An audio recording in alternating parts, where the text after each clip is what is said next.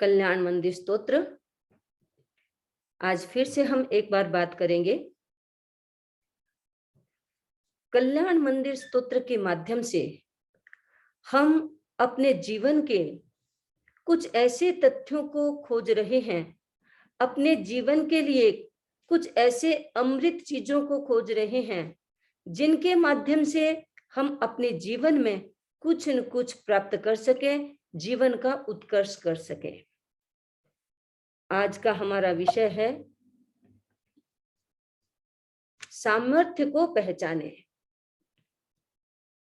हमें अपने सामर्थ्य को पहचानना है।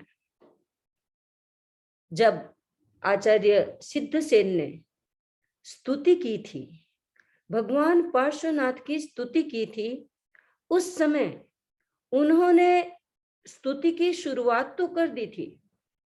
स्तुति की शुरुआत करने के साथ साथ उन्होंने ये भी देखा कि क्या मैं भगवान पार्श्वनाथ की स्तुति करने में समर्थ हूं।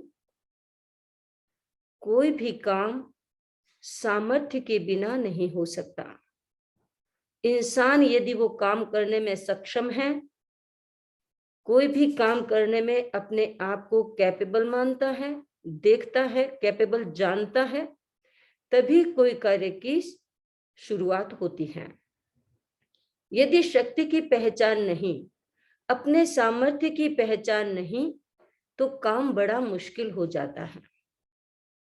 सामर्थ्य को देखना, सामर्थ्य को पहचानना। एक कहानी है, एक इंसान शक्तिशाली बनना चाहता था।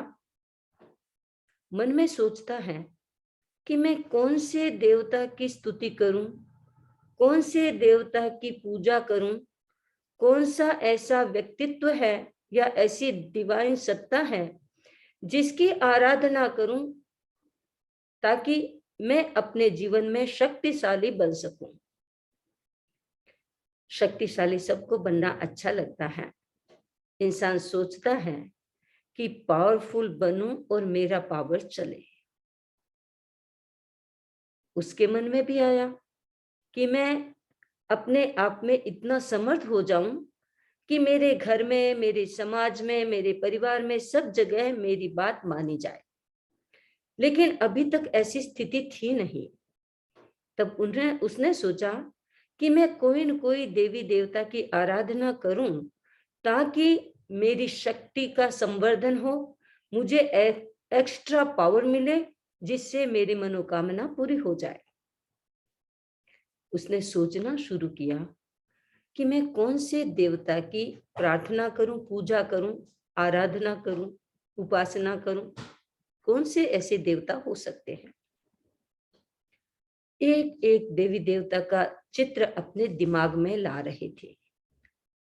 उसके दिमाग में बहुत सारे देवताओं के चित्र आए, लेकिन कुछ सूझ नहीं रहा था, असमंजस था, निर्णय नहीं कर पा रहे थे कि क्या करूं मैं, कौन से देवता। मुझे तो सभी, हनुमान जी का सोचता हूं तो वो भी घोड़ा उठाए हुए हैं, यदि कृष्ण का सोचता हूं तो वो भी चक्र उठाए हुए हैं, राम जी का सोचूं तो वो भी धनुष बाण है, सभी शक्तिशाली हैं। सोचते सोचते सोचा कि चलो शक्ति की आराधना, देवी की आराधना करती हूँ, दुर्गा की आराधना करूं। फिर सोचा कि क्या करूं, असमंजस, एक भी निर्णय, एक तरफ का निर्णय नहीं हो पा रहा था। एक दिन अचानक, संवत्सरी के बाद का समय था, चतुर्थी को संवत्सरी थी, उसी का आसपास का समय था, गणेश चतुर्थी का समय आया और वो महाराष्ट्र के कहीं गांव में था, वहां से निकल रहा था तो उसने देखा कि एक लंबी चौड़ी गणेश जी की मूर्ति है, इतना बड़ा पेट, इतना बड़ा नाक। उसने सोचा ये सबसे शक्तिशाली होने चाहिए, क्योंकि अभी तक जिनको मैंने देखा वो तो इंसान की तरह लगते हैं, है महापुरुष, देवता भी हो सकते हैं, लेकिन उनके इनके बराबरी नहीं है। इतना बड़ा पेट मैंने किसी का नहीं देखा, इतनी बड़ी नाक मैंने किसी की नहीं देखी, तो ये सबसे शक्तिशाली होने चाहिए। और दूसरा, कि लोग कहते हैं कि ये आदि पूज्य हैं, तो सबसे पहले इनकी पूजा की जाती है सब जगह। तो फिर मुझे इनकी पूजा करके अपने आप को शक्तिशाली बनाना चाहिए। और वो सामर्थ्य की पूजा करने में, सामर्थ्यवान बनने के सपने को साकार करने में उतावला तो था ही। उसने सोचा कि पहले घर जाकर के बस दूसरे ही दिन से मैं पूजा शुरू करता हूँ। रात को जब सोया तो बड़ा सुंदर ख्वाब था कि दूसरे दिन मैं गणेश की पूजा शुरू करूंगा, और फटाफट दूसरे दिन सूर्योदय से पहले उठा, स्नान किया। लड्डू तो रात को ही तैयार कर लिए थे, क्योंकि उसको पता था कि गणेश जी को लड्डू चढ़ते हैं। सब कुछ तैयार कर लिया। सूर्योदय के साथ साथ ही वो अपने घर से निकला और गणेश जी के मंदिर में चला गया। वहां जाकर के बड़ी भक्ति से, बड़ी तन्मयता से, बड़ी एकाग्रता से, बड़ी प्रसन्नता से वह गणेश जी की पूजा करता है। गणेश जी की पूजा करने के बाद लड्डू चढ़ाया और बड़ी प्रसन्नता से लड्डू चढ़ा करके घर पे आ गया।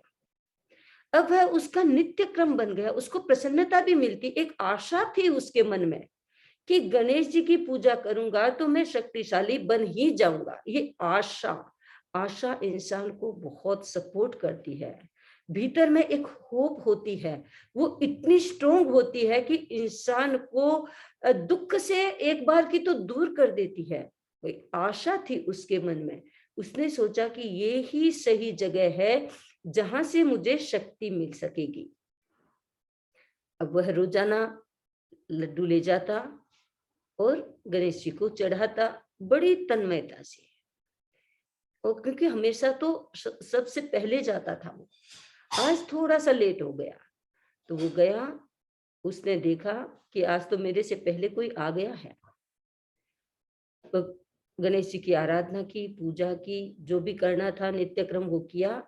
और अब उसने लाडू जैसे ही चढ़ाया तो लड्डू को देखते ही वहां चूहे आ गए। चूहे आ गए तो उसने मन में सोचा, रे चूहा आया और सीधा गणेश जी की मूर्ति पे चढ़ गया, उसके कंधों पे कूदता है, मुकुट तक चला गया। फिर आकर के उनके हाथ में जो लड्डू रखे हुए थे उन लड्डू को कुतरने लगा। अब मन में सोचा, रे लगता है गणेश जी शक्तिशाली नहीं है, शक्तिशाली तो ये चूहा है। देखो गणेश जी तो इस चूहे को भी नहीं हटा सकते, इतनी भी इनके अंदर ताकत नहीं है कि वे अपने चूहे को मना कर सके कि खबरदार जो मेरा लड्डू खाया तो। लेकिन चूहा बड़े मजे से लड्डू खा रहा है, गणेश जी कुछ नहीं कर पा रहे हैं। इसका मतलब है कि चूहा ज्यादा शक्तिशाली है, भले ही छोटा हो। कई बार हाथी बहुत बड़ा होता है लेकिन एक चींटी भी उसके लिए बहुत भारी पड़ जाती है। तो भले ही छोटा हो चूहा, लेकिन लगता है कि यही शक्तिशाली है। अब वो गणेश जी की पूजा तो छोड़ देता है। दूसरे दिन से वो जाता है, लड्डू ले जाता है और चूहों को खोज खोज करके लड्डू खिलाते हैं। चूहों को भी आदत पड़ गई, जैसे ही वो पहुंचता है चूहे बाहर आ जाते हैं और मजे मजे से लड्डू खाते हैं। कोई 1 सप्ताह 2 सप्ताह बीता होगा। इतने में एक दिन अचानक, जैसे ही वो चूहों को चूर चूर के लड्डू खिला रहा था, इतने में एक बिल्ली आ गई। बिल्ली ने म्याऊं किया और चूहे महाराज भाग गए। लड्डू वहीं का वहीं पड़ा रहा और चूहा तो भाग गया। उसने देखा कि ये तो बिल्ली आ गई है। तो अब विचार फिर बदल गया। अब चूहा शक्तिशाली नहीं है, अब तो बिल्ली शक्तिशाली है। अब वह चूहे को छोड़ करके कहीं घर में अपने, अब मंदिर को जाना छोड़ दिया। एक बिल्ली कहीं पड़ोसियों के यहाँ पाली हुई थी, अब पड़ोसी के पास उसके घर पे जाता है और बिल्ली को लड्डू खिलाता है। अब मन में सोचा, रे ये देखो ये शक्तिशाली है। गलत था कि गणेश की पूजा की, वो भी गलत था कि चूहे को मान लिया, लेकिन सचमुच में शक्तिशाली तो ये बिल्ली है। अब बिल्ली के सामने घंटी भी बजाता, उसके सामने लड्डू भी देता, कभी कभी दूध भी ले जाता, और बिल्ली के तो मजे हो गए। उसने सोचा, रे ये तो घर बैठे कहीं मेहनत भी नहीं करनी पड़ रही है और अच्छा सा आपको सब कुछ मिल रहा है। फिर क्या था, वो भारत था, वहां पर बिल्ली और कुत्ते साथ नहीं रहते हैं। एक दिन बिल्ली लड्डू खा ही रही थी कि इतने में बाहर से कुत्ता भौंकता हुआ उस मित्र के घर पे आया और बिल्ली भाग गई। अब उसने सोचा, रे ये तो बिल्ली भाग गई, इसका मतलब बिल्ली कमजोर है, कुत्ते की पूजा करो। अब वो अपने घर पे बाहर कुत्ते बैठे रहते हैं, उन कुत्तों को वो लड्डू खिलाता है, उनके घंटी बजाता है, पूजा करता है। बेचारे कुत्ते तो नहीं जानते कि हमारी पूजा हो रही है या कुछ हो रहा है, बस खाने को मिल जाए और लड्डू मिल रहे हैं। अब क्या था, एक दिन अचानक जब कुत्तों की पूजा चलती रही कुछ दिन के लिए, एक दिन अचानक वो घर पे था, उसकी पत्नी किचन में थी, रोटियां बना रही थी। और आप में से यदि कोई पुराने पुराने भारत में आपने देखा होगा कि चूल्हे पे लकड़ियां जला करके रोटियां बनाई जाती थी, उसकी पत्नी वैसे ही रोटियां बना रही थी। कुछ रोटियां बना करके उसने चूल्हे के पीछे खड़ी कर दी, और कुछ आटा उसकी, वो जो परात होती है, एक बर्तन होता है, उसमें आटा गोंदा हुआ था और एक लोंदा उसके हाथ में था, रोटियां बना रही थी। इतने में कुत्ता आया अंदर और आकर के झपट्टा मार करके जो परात में, जो एक उस बर्तन में जो आटे का लोंदा पड़ा हुआ था, उसको मुख में उठा करके भाग ही रहा था। इतने में वो खड़ा है, सामने देख रहा है, इतने में उसकी पत्नी ने चिमटा उठाया और कुत्ते पे फेंक दिया। अब जैसे ही चिमटे की मार पड़ी, कुत्ता तो भौंकता हुआ वो आटा वहीं छोड़ा और भौंकता हुआ, चिल्लाता हुआ कुत्ता बाहर भाग गया। अब उसको लगा कि अरे ये तो गलत हो गया, कुत्ता भी कमजोर है, शक्तिशाली कौन है? मेरी पत्नी। मेरे घर में ही बैठी है लक्ष्मी, मेरे घर में ही देवी बैठी है।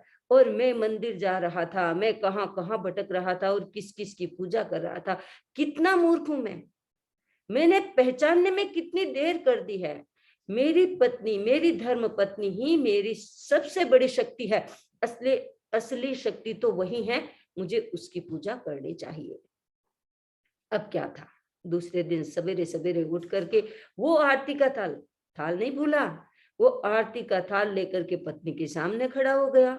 जैसे ही पत्नी अपने सुबह के रोजमर्रा काम करके बाहर आई कमरे से, स्नान वान करके, कपड़े पहन करके, बदल करके, जो भी आई बाहर, उसकी पूजा करने लगा। अब उसने कहा, रे क्या कर रहे हैं आप, मेरी कोई पूजा होती है क्या? उसने कहा, चुप, बोल नहीं, मैंने सब कुछ पहचान लिया, सब कुछ जान लिया है मैंने, तू बोल नहीं। एक दिन बीता, 2 दिन बीता, 3 दिन बीते, वो पूजा चलती ही रही। अब वो पत्नी सोचती है कि क्या है ये, कितना ऑकवर्ड लगता है।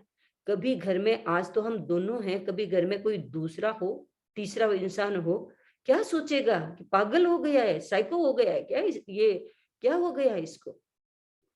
लेकिन अब वो तो रिक्वेस्ट करती है तो मानता ही नहीं है, क्या करे। एक दिन जब पूजा चल रही थी तो पत्नी को भी गुस्सा आ गया कि ये क्या इंसान है, ऐसा कोई इंसान होता है, आदमी कहने से मानता है, गुस्सा करते हैं तो मानता है, कुछ भी मानता है, ये तो मान ही नहीं रहा है। उसने जब वो आरती कर रहा था, बड़ी तल्लीनता से आंखें बंद कर करके वो थाली घुमा रहा था। इतने में उसने जोर से हाथ से उस थाली को झटका दिया और थाली को उड़ा दिया। ये तो वो कैसे सहन कर सकता था। धर्म की बात थी, श्रद्धा की बात थी। श्रद्धा पर जहां थोड़ा सा भी इधर उधर कुछ होता है तो बड़ी बड़ी लड़ाइयां हो जाती हैं। उसने भी वो जैसे ही देखा कि मैं इतनी तन्मयता से, इतनी एकाग्रता से आरती कर रहा था और मेरी पत्नी ने हाथ से झटका देकर के मेरी पूजा की थाली को उड़ा दिया, उसको गुस्सा आया। गुस्सा आते ही एक चपेटा मारा, एक चपेटा मारा, और इतना जोरदार का लगा उसको कि वो, उसकी पत्नी तो जमीन पे गिर गई, उठ नहीं सकी, बोल नहीं सकी, थोड़ी देर तो होश खो दिए उसने। पति ने देखा, रे पत्नी तो शक्तिशाली थी, लेकिन ये क्या, केवल एक ही थप्पड़ से इसकी ये हाल हो गई। मेरी एक थप्पड़ से, एक ही चपेटा मारा मैंने, ये बोल नहीं सकती, उठ नहीं सकी अपने आप। उसने सहारा देके उठाया और सारा का सारा दृश्य बदल गया। इस एक घटना से सारा का सारा दृश्य बदल गया, सारी की सारी विचारधारा बदल गई, सारा का सारा दिमाग धुल गया। अब वो सोचता है कि देखो, सबसे बड़ी गलती की मैंने, पहचानने में गलती की, अपनी शक्ति और सामर्थ्य को पहचानने में गलती की। मुझे अपने सामर्थ्य का पता ही नहीं था। मैं इतना सामर्थ्यवान हूँ, इतना शक्तिशाली हूँ, मुझे पता ही नहीं था। मेरे अंदर इतनी ताकत है, मैं पहचान नहीं पाया। आज तक मैंने क्या किया? अपनी विचारधारा बदली और उसको लगा कि मेरा जो अज्ञान था आज दूर हो गया। सबसे ज्यादा सामर्थ्यवान, सबसे ज्यादा शक्तिशाली, सबसे ज्यादा पावरफुल मैं खुद हूं। मेरे अपने भीतर में इतनी ताकत है कि मैं कुछ भी कर सकता हूं। तो आचार्य जी ने जब स्तुति शुरू की तो उन्होंने अपने मन में सोचा कि मैं सामर्थ्यवान हूं या नहीं हूं। लेकिन सामर्थ्यवान अपने आप को समझा तभी तो उन्होंने स्तुति शुरू कर दी। लेकिन वो जगह जगह ये कहते आ रहे हैं, ये दिखाते आ रहे हैं कि सामर्थ्यवान ही स्तुति कर सकता है, सामर्थ्यवान ही ऐसे कार्य कर सकता है। यदि बिना समर्थ नहीं है तो इंसान कुछ भी नहीं कर सकता। तो उन्होंने आगे के तीसरे श्लोक में कहा, भगवान पार्श्वनाथ की स्तुति करते हुए कहते हैं, सामान्यतोऽपि तव वर्णयितुं स्वरूप मस्मादृशः कथमधीश भवन्तधीशाः दृष्टोऽपि कौशिकशिशुर्यदि वादिवान्धो रूपं प्ररूपयति किं किल घर्मरश्मेः। हे अधीश, हे पार्श्वनाथ भगवान, अस्मादृशः सामान्यतः अपि तव स्वरूपं वर्णयितुं कथम अधीशा भवन्ति। हे भगवान, मैं तो बहुत सामान्य इंसान हूं। हमारे जैसे लोग सामान्य रूप से भी आपके स्वरूप का वर्णन करने में कैसे समर्थ हो सकते हैं? भगवान, मैं समर्थ नहीं हूं। आपकी जो ताकत है, आपके जो गुण हैं, उनको मेरे जैसे लोग कैसे कह सकते हैं, कैसे कथन कर सकते हैं? मैं अपना अज्ञान समझता हूं, मैं अपने ताकत का, सामर्थ्य की सीमा भी समझता हूं, और मैं ये समझता हूं कि आप जिस तरह के प्रखर इंसान हैं या प्रखर भगवान हैं, जिस तरह की आपकी सत्ता है, जिस तरह का आपका जीवन है, जिस तरह के आपके मौलिक गुण हैं, उनको मेरे जैसे लोग कहाँ कह पाएंगे? शक्ति नहीं है, सामर्थ्य नहीं है। फिर भी गुरुदेव, फिर भी भगवान, मैंने कहना शुरू किया है। ये तो कहने की बात है।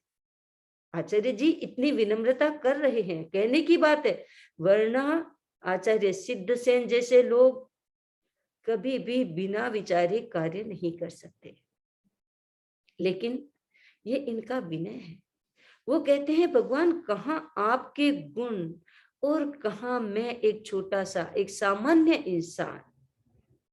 लेकिन वो फिर जस्टिफाई भी करते हैं कि माना कि मैं आपके योग्य नहीं हूं, आपकी स्तुति करने में समर्थ नहीं हूं, लेकिन भगवान, मैं आपको एक उदाहरण देता हूं, मैं आपको ये बताता हूं, यदि वा दिवान्धः कौशिक शिशु दृष्टे अपि रूपम किल किं घर्म रश्मेः प्ररूपयन्ति। एक क्वेश्चन मार्क खड़ा कर दिया। उन्होंने कहा कि दिवांध उल्लू का शिशु, उल्लू रात को देखता है, दिन में नहीं देखता। उसकी आंखें बड़ी शार्प है, लेकिन वो रात को देखता है, रात के अंधेरे में देखता है। साधारणतया इंसान अंधेरे में नहीं देख पाता है।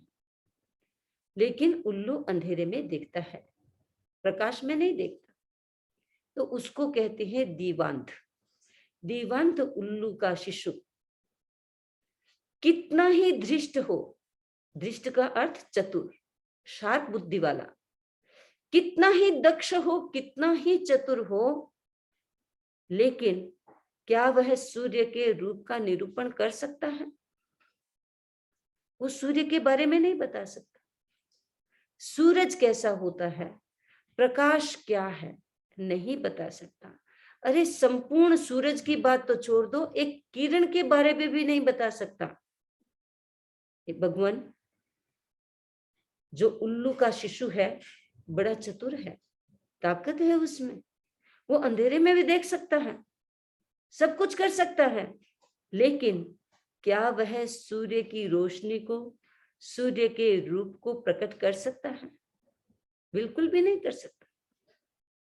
चतुर है, बुद्धिमान है, और सारी की सारी बुद्धियां जरूरी नहीं कि सारी की सारी बुद्धियां सब तरह का काम कर ले। बुद्धिमान व्यक्ति बहुत सारे कार्य कर सकते हैं। जैन ग्रंथों में, नंदी सूत्र में 4 प्रकार की बुद्धियों का वर्णन मिलता है कि इंसान में 4 प्रकार की बुद्धियां होती हैं, या यूं कहना चाहिए कि 4 प्रकार की बुद्धियों वाले इंसान होते हैं।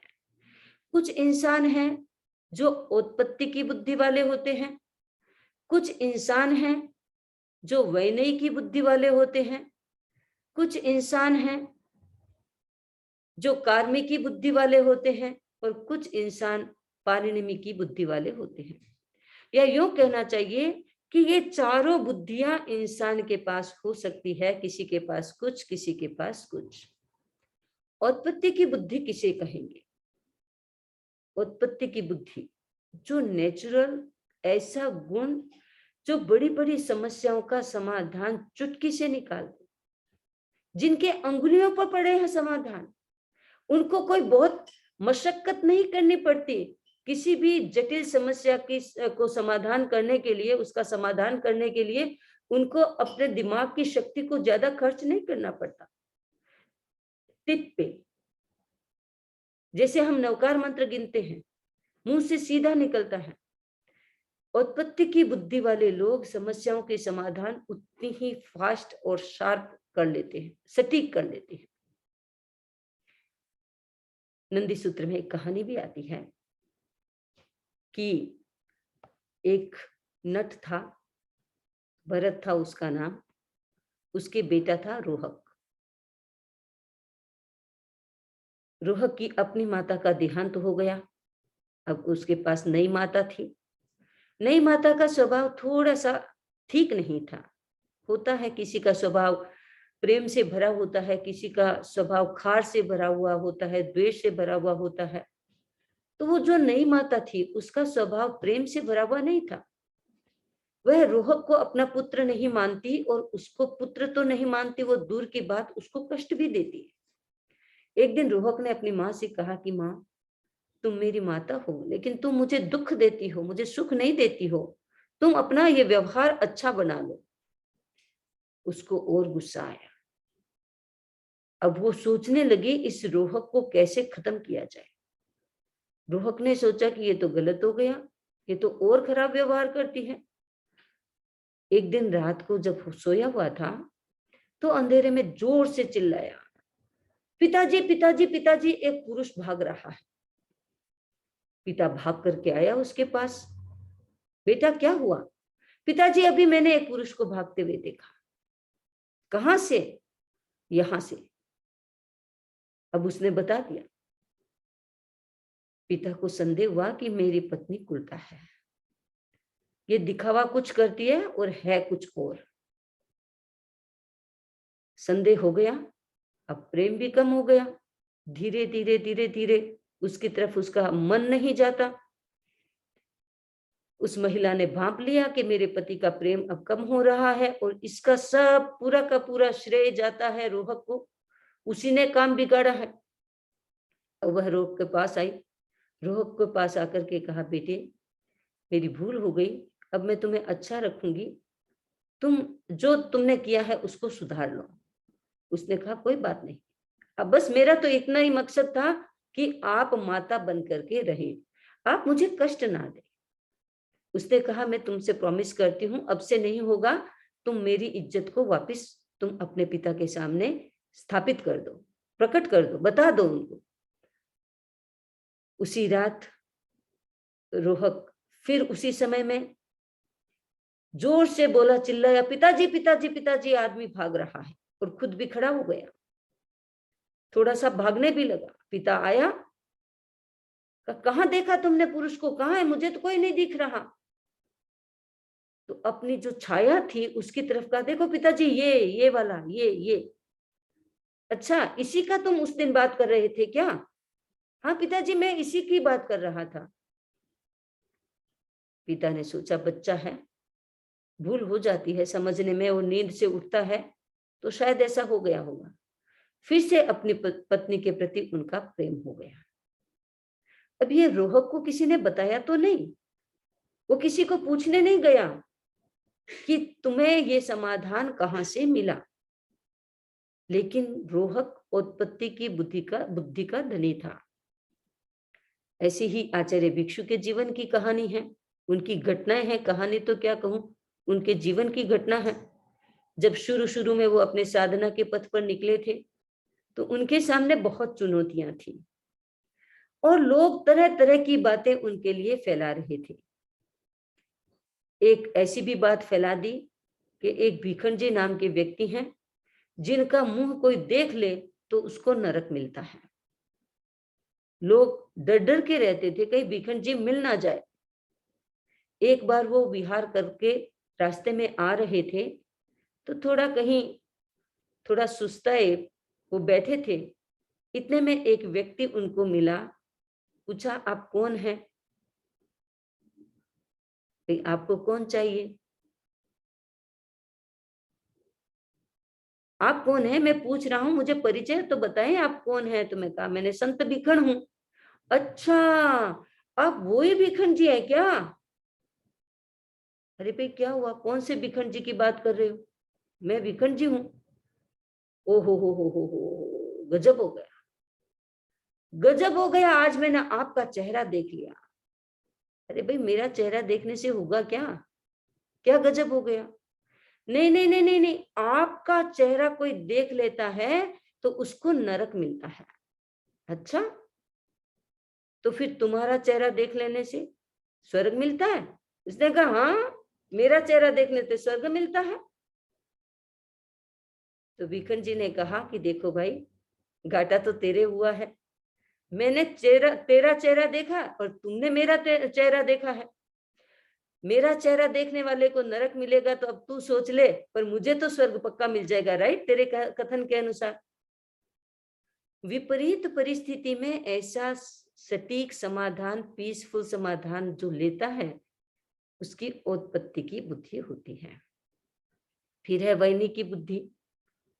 विनय से बुद्धि मिलती है। व्यक्ति इतना विनम्र विनीत रहता है कि उसका ज्ञान प्रकृष्ट हो जाता है, उसका ज्ञान बढ़ता है, उसका ज्ञान सही होता है। एक गुरु के पास दो शिष्य थे, एक विनयवान था और एक विनीत नहीं था। जो विनीत था उसको गुरु ने ज्ञान दिया, अविनीत था उसको भी ज्ञान दिया। गुरु तो ज्ञान समान ही देते हैं, लेकिन पात्र जैसा होता है ज्ञान वैसा ही भर जाता है। भीतर में यदि धुंधलापन, गंदलापन होता है तो पानी अंदर डाला तो गंदला हो गया। भीतर में यदि स्वच्छता है, स्वस्थता है, तो पानी उसमें डाला तो साफ रह गया। सीधी सी बात। अब एक का ज्ञान प्रकृष्ट है, अच्छा है, सही है, दूसरे का ज्ञान सही है। दोनों अपने गांव आए, दोनों साथ साथ आए। रास्ते में एक बुढ़िया के घर रुके। बुढ़िया के घर रुके तो बुढ़िया ने पूछा कि मेरा बेटा परदेश गया हुआ है, वो कब आएगा? इतने में जब वो बातें चल ही रही थी और दोनों ने जवाब दिया ही नहीं कि उनकी बहू घड़े में पानी लेकर के बाहर से आई और कोई ठोकर लगी और पानी गिर गया। जैसे ही पानी गिरा, मटका तो टूट गया। अब जो अविनीत था उसने कहा, अरे मैया, तेरा बेटा तो गया दुनिया से। दूसरे ने कहा, नहीं नहीं नहीं मैया, तेरा बेटा आज ही आने वाला है। थोड़ी देर बुढ़िया उस दूसरे पर गुस्सा हुई, उसको निकाला घर से बाहर। दूसरे ने भी कहा, मैया अभी मैं जा रहा हूं, पर तेरा बेटा आज ही आ जाएगा, तू देख लेना। तो उसको तो गुड़ की डलियां वगैरह, पतासे वगैरह देकर के उस बुढ़िया ने विदा किया और दूसरे को धक्का मिला। अब जब रास्ते में आ रहे थे तो उसने देखा एक युवक आ रहा है। पूछा, कौन हो, कैसे हो? तो उसने बताया कि परदेश गया हुआ था, मेरी माँ है, ये वो बताया, ये मेरा घर है सामने। तो सोचा कि उस जो अविनीत था उसने सोचा कि ये कैसे हुआ। निमित्त ज्ञान तो गुरुजी ने दोनों को एक जैसा दिया, फिर ये कैसा हुआ? उसने कहा कि देख, मटकी फूटी, घड़े के टुकड़े टुकड़े हो गए, तो इसका मतलब तो यही हुआ ना कि उसका बेटा दुनिया से चला गया। तो दूसरा जो विनीत था उसने कहा, नहीं, घड़े में जो पानी था वह पानी आंगन में गिर गया, तो आंगन के अंदर आ गया, आंगन में चला गया, तो इसका मतलब है बेटा आज ही आएगा। एक ने घड़े को देखा, एक ने पानी को देखा। गुरु ने तो दोनों को ज्ञान बराबर दिया, लेकिन विनीत का ज्ञान सही ज्ञान, सटीक ज्ञान हो गया उसकी अपनी योग्यता से, और दूसरा था उसका उसकी तरह से हो गया। तो विनय की बुद्धि, जो विनय करता है उससे भी बुद्धि बढ़ती है, बुद्धि स्ट्रॉन्ग बनती है और सही बनती है, समाधायक बनती है।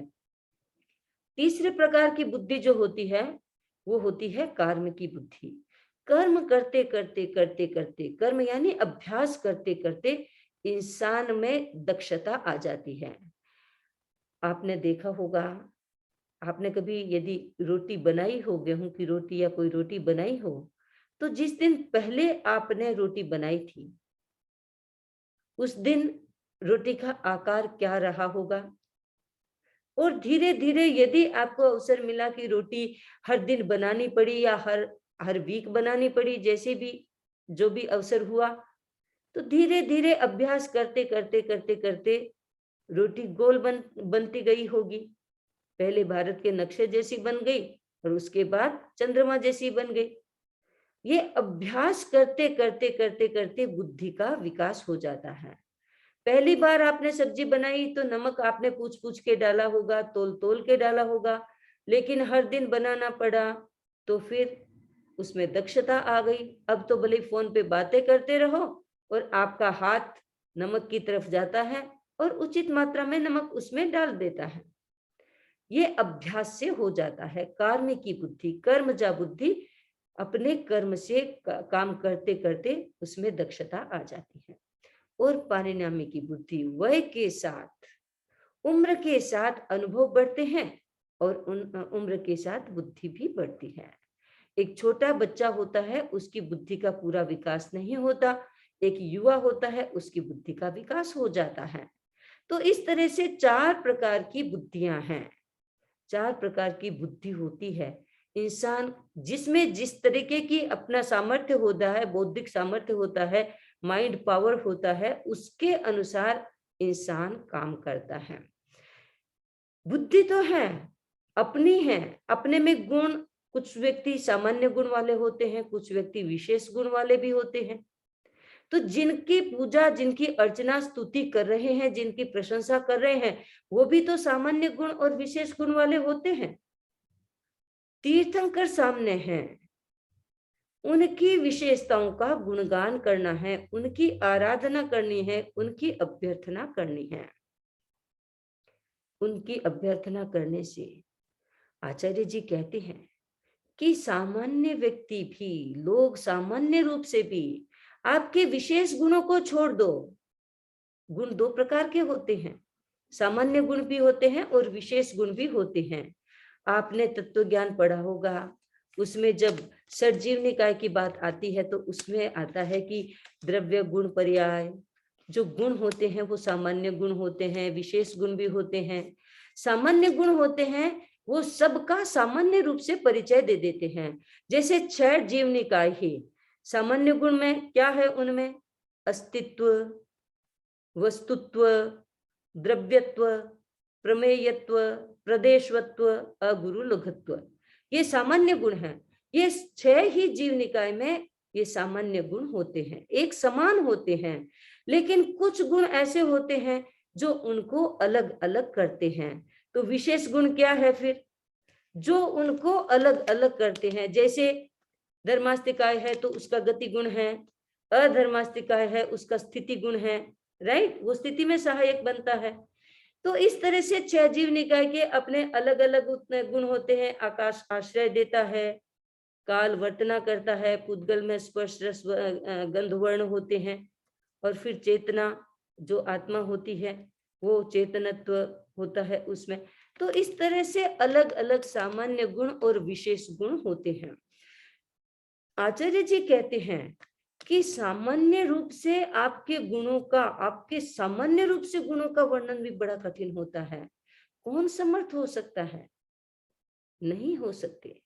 विशेष गुणों की बात तो मैं छोड़ भी देता हूँ, सामान्य रूप से भी नहीं होता। लेकिन वो अपने आप को जस्टिफाई भी करते हैं कि मैंने आपके गुणों का अनुवाद शुरू किया है, मैंने आपकी स्तुति शुरू की है, तो मैं भी उस उल्लू के बच्चे की तरह हूँ। आप मुझे वैसा मान ले। आप ऐसा मत माने कि मैं कोई धृष्टता कर रहा हूं कि मैं बहुत सारा कुछ नहीं कह पा रहा हूं। मैं उस उल्लू के बच्चे की तरह हूं। चतुर तो है, लेकिन सूर्य के गुणों का तो, सूर्य के स्वरूप का तो वो भी तो नहीं कर सकता है। इसलिए मुझे संतोष है, मैं नहीं भी कर सकूं तो कोई बात नहीं। उसके बाद में उन्होंने आगे उसका एक समाधान खोज लिया, क्योंकि वो उलझ रहे थे। उन्होंने सोचा कि मैं सामर्थ्यवान नहीं हूं तो उल्लू का बच्चा मान लो, कोई बात नहीं। लेकिन उन्होंने एक रियल तत्व और खोज लिया आगे एक कदम और बढ़ने के साथ साथ। वो क्या है? उन्होंने आगे कहा, मोह क्षयादनुभवन्नपि नाथ मर्त्यो नूनं गुणान् गणयितुं न तव क्षमेत कल्पान्तवान्तपयसः प्रकटोऽपि यस्मात् मीयेत केन जलधेर्ननुरत्नराशिः। हे नाथ, मोहक्षयात् अनुभवन् अपि मर्त्यः तव गुणान् गणयितुं नूनं न क्षमेत यस्मात् कल्पान्तवान्तपयसः जलदेः रत्नराशिः प्रकटः अपि ननु केन मीयते। हे नाथ, सुंदर बात कही है, और एक सामर्थ्य की जो कुंजी है वो यहां मिल जाती है उनको। उन्होंने कहा, हे नाथ, मोह क्षय से केवल ज्ञान के द्वारा जानने वाला मनुष्य भी, महत्वपूर्ण बात है, केवल ज्ञान के द्वारा जानने वाला मनुष्य भी आपके गुणों की गणना करने में समर्थ नहीं है। मैं तो अभी मति श्रुत ज्ञान वाला ही हूं। कोई केवल ज्ञानी भी आ जाता है, वो भी आपके गुणों को गणना करने में और उसका कथन करने में समर्थ नहीं हो सकता। कैसे? सुंदर उदाहरण दिया। प्रलय काल के पवन के द्वारा जल से रिक्त हो जाने पर समुद्र की राशि दृष्टिगोचर हो जाती है। जब प्रलय काल आता है, समुद्र का पानी सूख जाता है, उड़ जाता है सारा, हवाएं चलती है, इतनी तेज हवाएं चलती है कि समुद्र के पानी को उड़ा के कहीं ले जाती है। और पानी तो उड़ गया, लेकिन उसके तल पर जो रत्न राशि है वो वैसी की वैसी पड़ी है वहां और दिख रही है। कोई भी उसके किनारे जाएगा, उस गहराई, अतल गहराई में वो रत्न राशि प्रकाशमान दिखती है, दृष्टिगोचर है। फिर भी क्या कोई उसको माप सकता है, उसको तोल सकता है, उसकी गणना कर सकता है? नहीं कर सकता, हो नहीं सकती। जानना जितना होता है, कहना उतना नहीं हो सकता। केवल ज्ञानी जितना जानते हैं उतना कह नहीं पाते हैं। ये एक रहस्य मिला।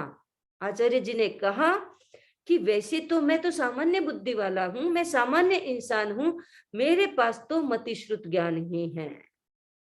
तो मुझे तो आप एक उल्लू के बच्चे का जो श्रम होता है कि वो रात को देखता है, दिन में वो चांद को देख सकता है, लेकिन वो सूरज को नहीं देख सकता, अंधेरी रात को देख सकता है, लेकिन दिन के प्रकाश को नहीं देख सकता।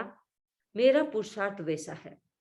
लेकिन भगवान, आप ये भी सोचें, आप ये भी बताएं कि क्या केवल ज्ञानी भी समर्थ हो सकते हैं आपके लिए कुछ कहने में, या आपके संपूर्ण व्यक्तित्व को कहने में कोई केवल ज्ञानी भी सक्षम हो सकते हैं?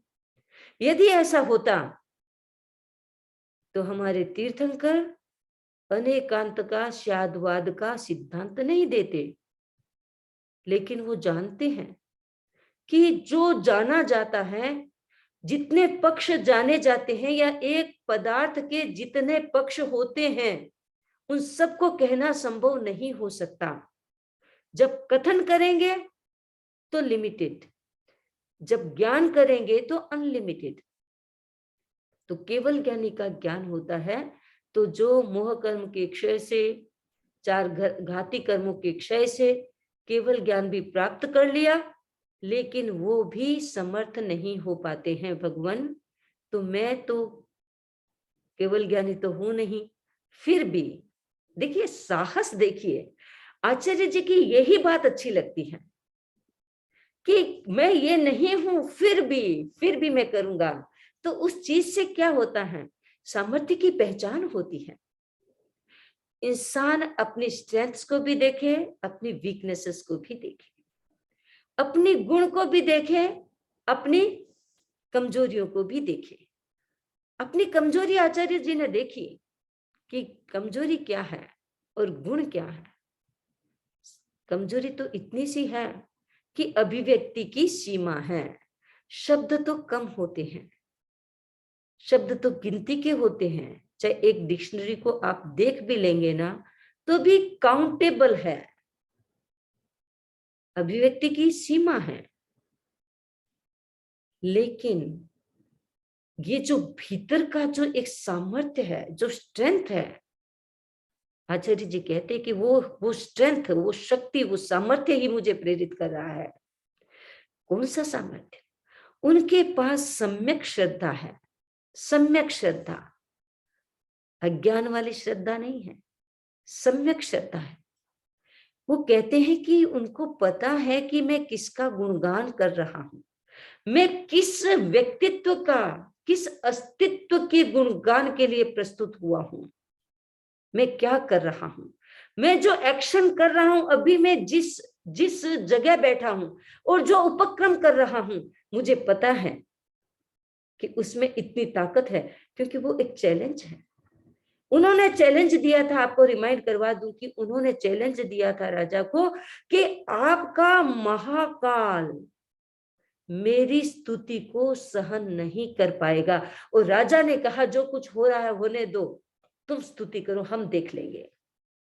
तो कहा भगवान, मेरी शक्ति है, मेरे पास सम्यक श्रद्धा की शक्ति है, मेरे पास सम्यक श्रद्धा है, मेरे पास अटूट श्रद्धा है, मेरे पास सम्यक संकल्प है। सम्यक संकल्प कहां पैदा होता है? उस चेतना में पैदा होता है जो चेतना, जिस चित्त के सागर में राग और द्वेष नहीं होता, जहां यथार्थ होता है। आचार्य जी को पक्षपात नहीं है कि मेरे तीर्थंकर सर्वोपरि है, सर्वोत्कृष्ट है, नहीं। उनको ये है कि वो राग और द्वेष से मुक्त सत्ता है, ये विश्वास है। और उनके भीतर में उस राग द्वेष से दूर रहने वाली सत्ता या उस वीतरागता की सत्ता का, शक्ति का, उस सामर्थ्य की उनको पहचान है कि वो ऐसी है। इसलिए उनके भीतर में संकल्प जगा, सम्यक संकल्प जगा। और जिसके भीतर में कौन से चित्त में सम्यक संकल्प जगता है?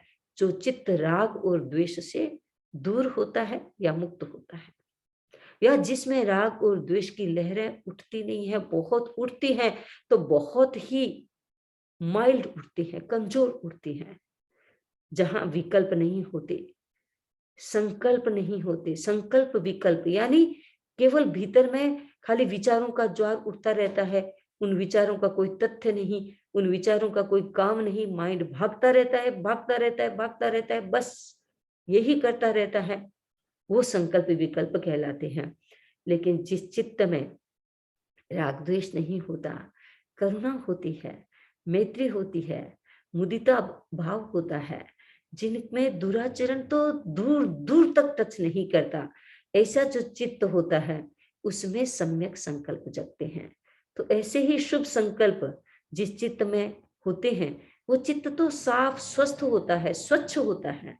और आचार्य जी को पता है कि उनका चित्त कैसा है, सामने वाला कौन है और मेरा चित्त कैसा है, दोनों पता है। इसलिए उनके भीतर में सम्यक संकल्प भी है। और आचार्य जी ये भी देखते हैं कि मेरे अंदर पुरुषार्थ भी है, मैंने संकल्प करके बैठा नहीं। बहुत सारे इंसान होते हैं जो संकल्प कर करके बैठे ही रहते हैं, कुछ करते ही नहीं है, सपने देखते हैं, सपने बनाते हैं, सपने गढ़ते हैं और बड़ी बड़ी डींगे भी हाँकते हैं, लेकिन करते कुछ नहीं है, पुरुषार्थ नहीं डालते। हाँ करेंगे, ये करने का मन है, बस ये करने वाला हूं, लेकिन केवल बातें, केवल डींगे।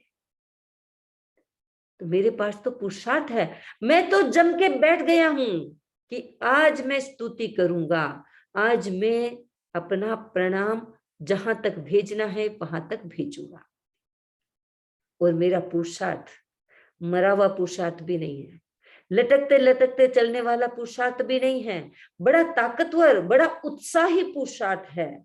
मैं उत्साह से भरा हुआ हूं, मेरे चित्त में उत्साह कूट कूट के भरा हुआ है और मेरा रोम रोम उल्लसित है।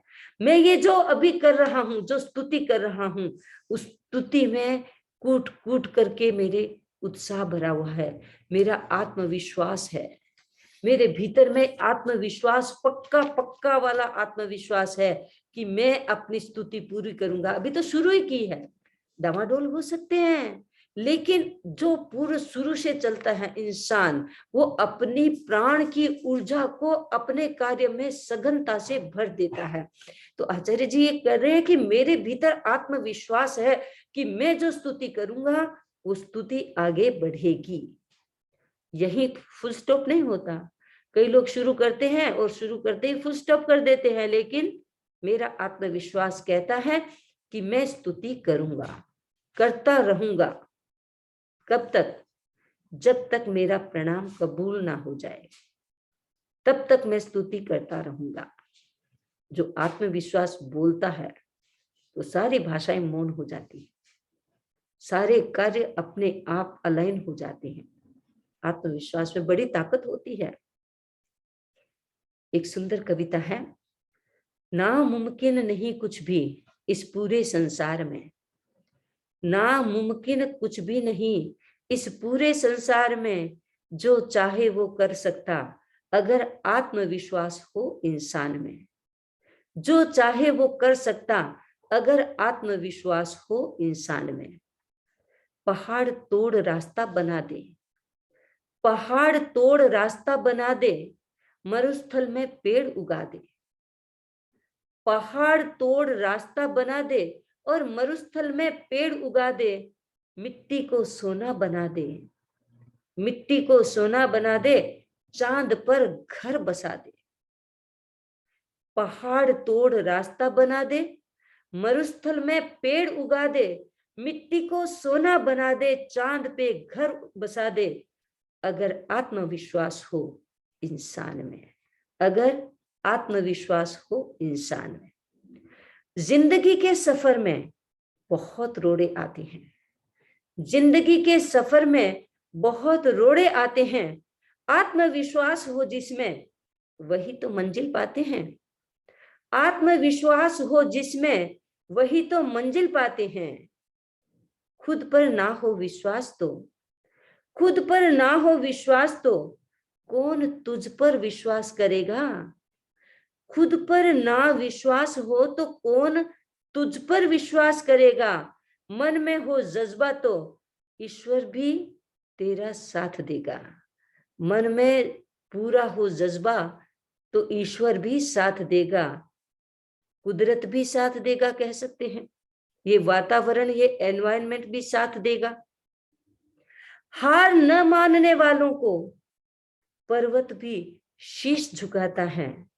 हार न मानने वालों को पर्वत भी शीश झुकाता है। आत्मविश्वास हो जिसमें, वही आगे बढ़ जाता है। आत्मविश्वास हो जिसमें, वही आगे बढ़ जाता है। तो आचार्य जी कहते हैं कि भगवान, संदेह नहीं है, मेरा ये आत्मविश्वास है।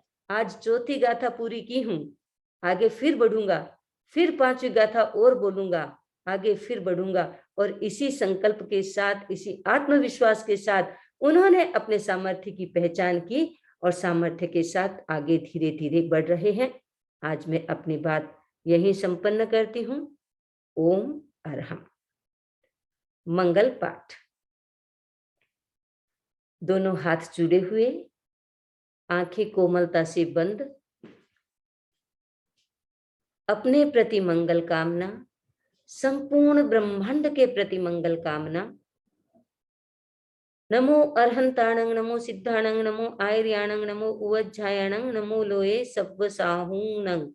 एसो पंच नमोक्कारो सब्ब पाव प्रणाशनो मंगलाणं च सब्बे सिंह परमं हवै मंगलम।